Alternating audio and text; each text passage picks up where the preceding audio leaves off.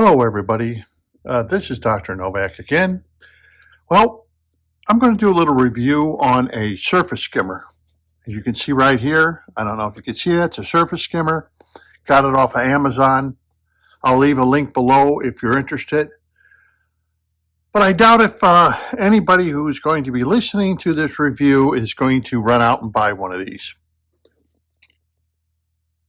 And I'll explain to you why. You know, it seems like in our hobby, we are getting some equipment that is very well made, and it's expensive. We all know about that. You could buy CO2 diffusers made out of stainless steel. They come in different lengths. They work very well. They're very well made. Will probably last you the rest of your life.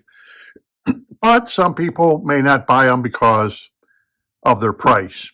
We know that canister filters, for example, you can get a canister filter made out of stainless steel. ADA, F-Zone. I've ran ADA for over 3 years. The F-Zone filter, ran them for close to 3 years.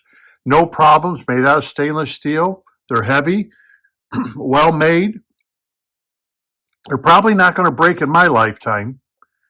They're expensive compared to some other canister filters that are made out there, but it's buy once and that's it.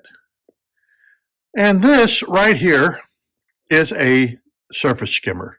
Now there are lots of surface skimmers. As you know, I've done reviews on Eheim, Oase or Awasa if you're in German. These surface skimmers, they go anywhere between $15 all the way up to $90.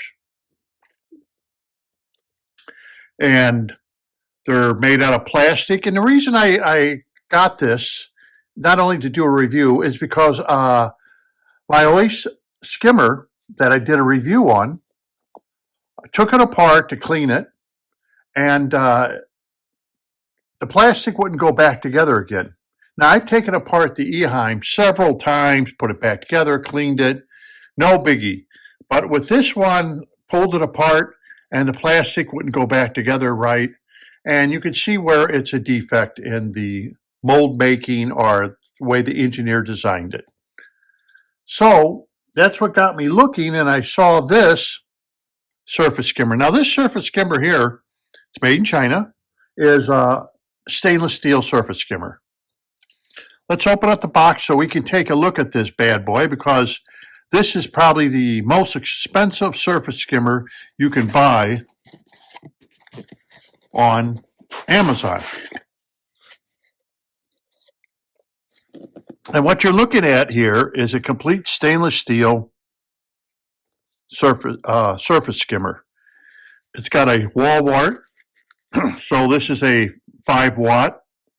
So this power adapter is basically the same kind as they use for computers or to charge up your phone, charge up your iPad, same thing. But they give you one with it. Now, a lot of motors are being made this way to take these connections. A lot of them are being made this way because they're saving money by making them this way. But I've had fans now that all have to be plugged in, pumps that are used the same thing, because I think if I'm not mistaken, these power adapters are very low voltage. And let's see, this one is a 0.4 amp. AC between 100 and 240 volts, and output is 5 volts. So it's a basic charger, just like you can use with Apple or anything else. And a lot of pumps are coming this way. Now they say this is 3/16 stainless steel. Now that's pretty good if it's 3/16 stainless steel, because a lot of products are made with 304 stainless steel. Now you take this piece of steel here. This is hardened steel, and this is 304 stainless steel. And it's very good. It's used in water constantly, this particular piece of steel. But one thing you'll see with 304 stainless steel is a magnet sticks to it, okay? Because it's a lower grade of stainless steel. And when you get to a higher grade of stainless steel, like 316 stainless steel, like this is claimed to be, watches are made out of that. For example, your Seikos, your Breitling, even your Rolexes. I believe some of the Rolexes could be made out of 900 stainless steel, which is a better grade than the 316. But your Steinhardt watches, your Orient watches, they're all made out of 316 stainless steel. And the reason is it's never going to rust, and it can take salt water because of the high grade of stainless steel. But if you ever notice, like you buy a refrigerator, it says stainless steel, or it looks like stainless steel, you put a magnet up to it, the magnet sticks to it. Well, that's a very low grade of stainless steel. Like I said, 304. 304 stainless steel is going to be a lot cheaper than 316 stainless. So let's see, you put the magnet tests up to here, and let me pull this out of the box. Put that off to the side. And as you can see, so it is 316 stainless steel. It's a high grade of stainless steel. Now, this is a small skimmer. It's 1 inch by 1 inch by something like almost 6 inches, 1.5, 1.5, a little bit bigger than 1.5 by 1.5. And it's almost 6 inches. Now, this does not use suction cups, as you can notice. It works off a compression spring that's inside here. And that compression spring is basically what holds this in. So you can push this. It's in there because it's a compression string. You really have to push it. And this is your adjustment for your aquarium to adjust it up and down. This has a little knob on it. And this goes to the thickness of your aquarium. Instead of using suction cups, you tighten this up against your aquarium glass, and that's how it hangs on the aquarium.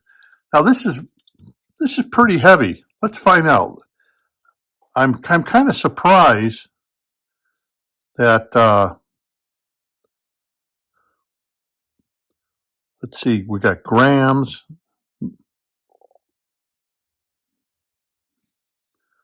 Let's see if I can't get this into ounces. Here, pounds and ounces. Okay. So let's see how heavy this thing is. So it weighs 1.1 pounds, just to give you an idea how heavy this is, because it's made out of complete stainless steel, so it is a very heavy skimmer. So it weighs over a pound, which is, like I said, it's got a lot of heft to it. So how do you take it apart? This is stainless steel. It has a sponge in the center. Now, the sponge could be taken out by just reaching in with a pair of tweezers and pulling it out, like you do with a lot of the other skimmers. Sometimes, like the Oasis one gives you a set of tweezers, so you can pull the sponge out to clean it. It's got a little sponge in it. The Eheim one, you've got to pull it out, and you have to pull the little sponge out also to clean it periodically and put it in. So skimmers serve three purposes. One, they skim the water of the film that gets on your water, especially if you have planted aquariums. Two, they will lightly filter your aquarium for little bits of pieces of floating debris that's in the aquarium. And number three is water movement. They add water movement to the aquarium. So this is a solid, welded together thing of stainless. Now, the maker of this, you know what? There were no directions on this, but I will leave a link below. It looks like FJarde metal surface skimmer for aquariums. FJarde. That is the name of it. It's a Chinese brand, okay? And that's what it's called. They have a little symbol here. I don't know if you can see, it's been etched out, laser etched. But as far as fit and finish is concerned, it looks pretty good. So in order to remove the center here, you have to remove this, remove the little outlet tube, which is stainless steel, and then you can pull this out. As you can see, I don't know if you can see that, but it's all been polished and welded together. And it only has 3 little slots. The center slot is a little longer than the other 2 slots. I'd say by 1/4 of an inch. That's all it has, is 3 slots. All it's designed to do is surface skim. Now, comes with a little foam here. The water comes in, goes through the foam, comes through, gets sucked in by the motor, and pushed out. Now, one thing this claims is if you go on vacation or something like that, the water level in the tank goes too low, it has a float switch to shut it off. So your skimmer doesn't run dry. And that's one thing when I go on vacation or something. Yes, I do have evaporation out of my aquariums. I don't have a top on. So I have to take my skimmers off, basically. I don't stop them. I have them run, but they don't skim when I'm on vacation, because I can lose over an inch, maybe 1.5 inches of water when I'm on vacation through evaporation. And if I was skimming, all it would do is start sucking in air, and it would destroy the motor. The motor would become airlocked and it would be running dry. So I have to remove the skimming part so it will just suck in water. And when I get back from vacation, I usually have to hook back up the skimmer part to have it skim the water. And within about 15 minutes, it cleans up the top of the aquarium and you're ready to go. Now with this, it's a little different. This has a float switch. So when the water level in the aquarium goes down and it can't go through the slots anymore, it automatically shuts the whole thing off until you can attend to it or fill your aquarium back up. When you fill your aquarium back up and the slots allow enough water to go through, the float switch goes up. Now you're probably thinking, well, it has a float switch, that's just something more to break. Well, no, not really. Float switches are very simple devices, and they've been around a long, long time. They are very reliable. Float switches can last you 15, 30 years easily. There's not much to a float switch, and they are extremely reliable. I've seen them on pieces of machinery, and machinery was over 20 years old or more using the same float switches that the machinery was made with, and they never had to be changed. Tunzi uses a float switch for their automatic refill, and I've been running a Tunzi refill one for over 2 years without one problem with the float switch itself, because they're pretty reliable float switches. So that's not something that's ever going to probably break on here. What most likely would break would be the little pump, the impeller, or something like this. This is a very tiny little pump, and the float switch is going to turn it on and off. So for servicing, you would just slip it out of here. It even has little suction cups on the pump. You just slip it out, and you can service, take the pump apart, clean the impeller, clean the housing, slip it back in, and you're done. So this part, like I said, you don't have to take the whole thing apart to take the sponge out. You just reach in there with a tweezers, and you would clean the sponge out and then put it back in. It goes back in pretty simple, like this. There's a slot here. There's a slot. Put the cord in, and that's it. Next thing you have to do is you have to line up the bottom here and put the plug back in. Okay, it's all back together. It's pretty easy to put back together. This is the exit one. It also has on the bottom of the pump a plus or minus, so if you want it to go faster or slower, that's entirely up to you on what size tank. If you put this in a very small tank, maybe you may want to dial it slower. But I'll show you the OASE pump or WASA pump, whatever you want to call it. And I will hook this up and show you exactly how this works. So here's the OASE skimmer, and it really has a little cage that can fit into the skimmer part right here. This cage here can fit in here. But because the holes are so big, let's see if there's a shrimp in there. Yeah, there was a shrimp in there. But anyway, watch this. I took it apart to clean it. But you can see the plastic. I don't know if you can see that or not, but you see the plastic, how it's not clicked on together. Well, I'm going to have to fix that with this. So I'm going to remove it, dry it, and fix it. I'll do a video on how I'm going to fix that.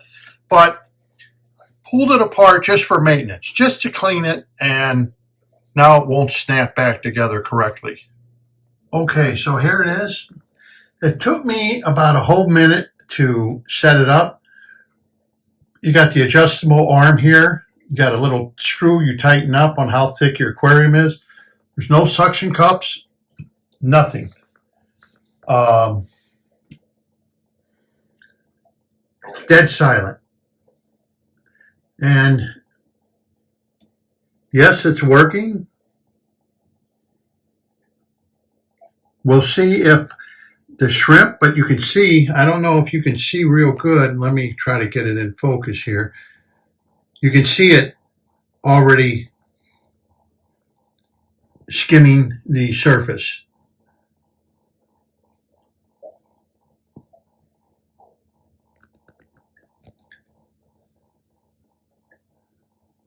So hopefully the shrimp will stay out of it. And like I said, if you really need to pull the sponge out, you just use this pair of tweezers, get in there, and you can pull the sponge out and put it back in there. Clean it and put it back in. That's it. That easy. Like I said, it has an automatic shutoff, which is good because the aquarium water is low. Right now, I would say the aquarium water is at least a ½ inch or a little bit more low on the aquarium. So I'll fill it back up again, and we'll see how it does. But this gives me enough room for another ½ inch before the pump will just stop. And that's what it's designed to do, stop. But like I said, it took me, and all this stuff is being stainless. This is a stainless steel going to the stainless steel CO2 diffuser. Stainless steel. Oh, another thing I forgot is the scraper. The scraper here. Remember, I did a review on this glass scraper, stainless steel. Yes, they cost a little more, and yes, they are heavier, but I don't know. We'll see. Like I said, I don't think anyone who's watching this video is going to run out and buy one of these right away, unless you're like me and you got the money, because this is not inexpensive. I'll leave a link on Amazon. It took me, like I said, less than 30 seconds to set it up. Plug it in, set it up, boom, it's done. I mean, so I don't see this thing going anywhere. You can tighten it up. It goes to different thicknesses of glass. It looks like it will go up to ½ inch of thickness of glass. There's enough room here. And like I said, its size is very small. It is working right now. Water is going in. So I will give you an update as time goes on. But no, it doesn't look intrusive. And as you can see the CO2 diffuser right next to it, all in stainless steel. And that has no rust on it. And I've been using that for over 2 years, no rust on it. So we'll see how this does, this skimmer here, of how it skims. And I'll do a little report on it. But as far as quiet, you don't even know it's running. Okay, it's not a very powerful pump. I think I could be wrong. Pumps no more than about 60 or 65 gallons an hour, very low. So it's an excellent little skimmer for small aquariums. It claims it could do a 90-gallon. I don't know. Probably could if you're just looking for something to skim the surface. But I'll let you know in a review as I use it to see if anything comes out of it, that how well it's going to work. Okay, so this is Dr. Novak. Until next time, happy fish keeping, and don't forget to subscribe. Like I said, I don't think anyone's going to be running out and buying these things off the shelf. I don't think they're going to be flying off the shelf, because this is probably the most expensive portable surface skimmer you can buy on Amazon.